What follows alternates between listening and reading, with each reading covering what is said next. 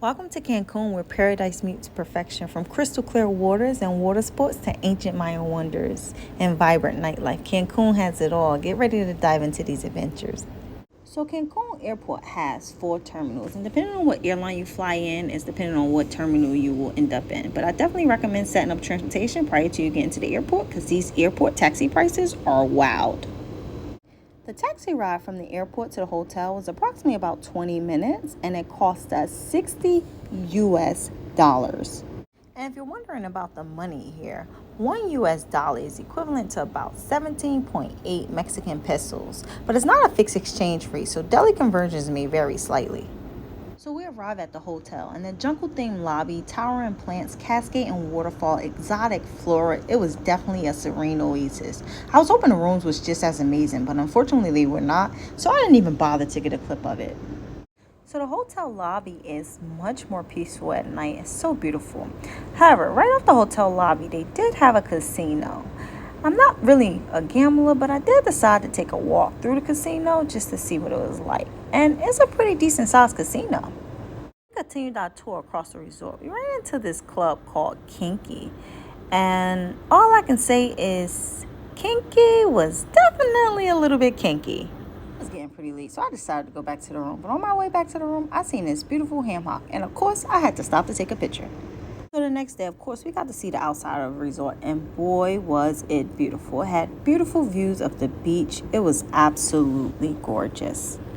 It was picture perfect beach weather, warm sun, gentle breeze, the perfect weather for a stroll on the beach. The resort had beautiful pools, and it had a lot of restaurants to choose from. But one of the best restaurants here, of course, was the sushi restaurant. Oh, this sushi was so good. I actually went there about 2 to 3 times. I caught the itis, so I took a nap. Then I woke up and continued to explore the resort. And I figured out that the resort had an actual club. And boy, was this club lit. I entered the club and I seen Spider-Man on stage with about 3 women, and he started taking off all his clothes. We just gonna stop this right here. So the next day we decided we wanted to explore off the resort. So we rented a car. For 3 days, the car rental came to approximately about 350 US dollars. So I heard all the hype about Tulum, so we definitely drove to Tulum. It was about a 2-hour drive, give or take. So we stopped at this restaurant called Taboo, and we decided to get something to eat before we go and explore the rest of Tulum. The food was okay. It was nothing to write home about, but the place was actually pretty nice. So then we decided to take a stroll on the beach in Tulum, and it was pretty scenic. I would definitely say Tulum is more of the party place, and Cancun is more of the let's go and relax. But either way, Mexico is beautiful.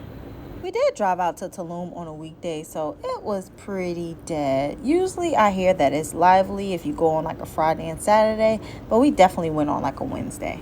So the next day, we just decided to chill on the resort. And the peacocks here, they roamed freely. I actually got pretty close to one, and I wanted it to spread its tail, but it didn't. So I didn't want to provoke it.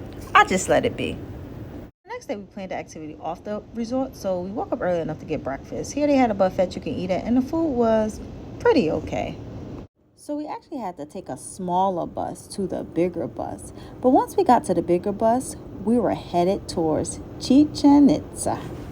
We had a tour guide. He was pretty okay with explaining things. But to be quite honest with you, I never really did good with lectures, so I ended up going for a nice little nap. I probably slept for a good 30-40 minutes. I woke up and the man was still talking. He was absolutely a wonderful tour guide. However, the tour is pretty long. You spend 6 hours in travel time alone. That doesn't even include stopping to see the different sites and doing the different activities. This is definitely a full day trip. First stop, Francisco Catan Square. It's a historic gem in Mexico. It is graced by the magnificent San Ildefonso Cathedral, a symbol of architectural beauty and heritage. In Francisco Catan Square, you can immerse yourself in culture, from exploring the San Ildefonso Cathedral to savoring local cuisine, shopping at quaint boutiques, and enjoying vibrant street performances. Next stop, Chichen Cenote. This was actually my first time visiting Cenote, so I had no idea what I was in store for. So as we enter, There was a man here and he was performing some sort of cultural, traditional ritual. He started mixing all his stuff up and there was smoke everywhere. Wasn't really my kind of vibe, so I didn't really partake in the activity. So as we continue, we got to enter this little gift shop. They had so many beautiful things there, but the price tag was pretty high, so I honestly didn't purchase anything. So once we got through the gift shop, I seen this little swing. I thought it was so cute, so of course I had to stop and play on it like I was some little kid. And as I continue, I seen two guys, and all of a sudden they just started fighting over me. They said they wanted to take my hand in marriage, and I wasn't quite sure what was going on. But I said, okay, sure, whatever. I'm just kidding. Honestly don't know what they were saying to me, but I thought it was pretty cool. So I stopped and I, did a video and took a few pictures with them. So we finally reached the path that leads towards the cenote. So we're walking down the path and we get to the end, and then they instruct us on what to do next, and they tell us, hey, you need a life vest and you also need to put all your stuff away and get in the shower before you hit the cenote. We finally reached the cenote. And boy, I had no idea what I was in store for. I was actually afraid to go down. But I was like, okay, whatever. Let me get over it. Let me get down these stairs and face my fears. So I started to head down the stairs. So I finally reached the bottom of the cenote. And I was so proud of myself that I made it all the way down. I actually got in the water and everything. And I was enjoying myself. Up until I felt something nibbling at my feet. I cannot believe that something was biting on my feet. But I mean, people was enjoying the water. They was swimming all throughout the water and everything. And I thought, like, maybe I'm just tripping. So I go to get out the water to figure out what's going on. And I see all these little fish biting at people's feet. And I go and look, and they all throughout the water.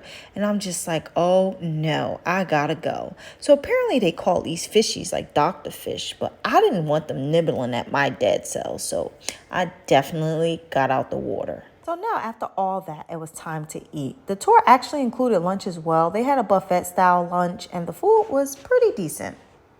Now that stop was pretty fun, but now it's time to head to our next and final destination. After 5 long hours, we have finally reached Chichen Itza. You definitely need a ticket to get in, but our ticket was covered with the tour. But if you're curious about the prices, then here you go right here. This is how much it costs to get in, but make sure you convert it to US dollars. Now I must warn you, try to dress as comfortably and light as possible because it is hot and you will do a lot of walking, and it definitely could get crowded here. We came towards the end of the day and it was still pretty crowded. Also, the place is pretty big, so make sure you follow your tour guide's direction because you can definitely get lost here. I definitely ended up getting an umbrella because the sun was really beaming. But when I tell you, this site was so beautiful.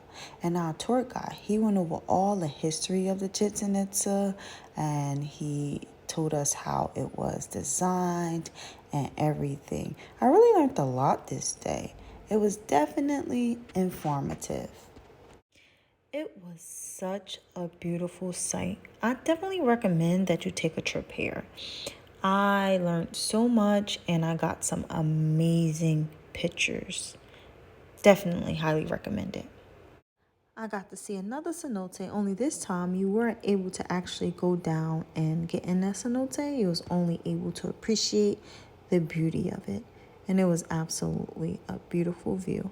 So it took us about 3 hours or so to get back to the hotel. Got back to the hotel, I showered and stuff, and then I prepared to explore the rest of the resort.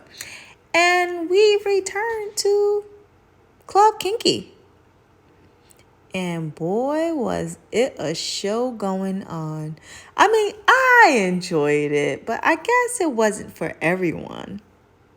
So on the last day, I ended up hurting my foot. I'm not sure how I hurt my foot, but I couldn't find an ice pack. So I just substituted it with a cold soda from the fridge and iced it and kept it elevated. I couldn't leave the room, but it's okay. I ended up just staying in the room and enjoying the beautiful views from the balcony as I recuperated my ankle.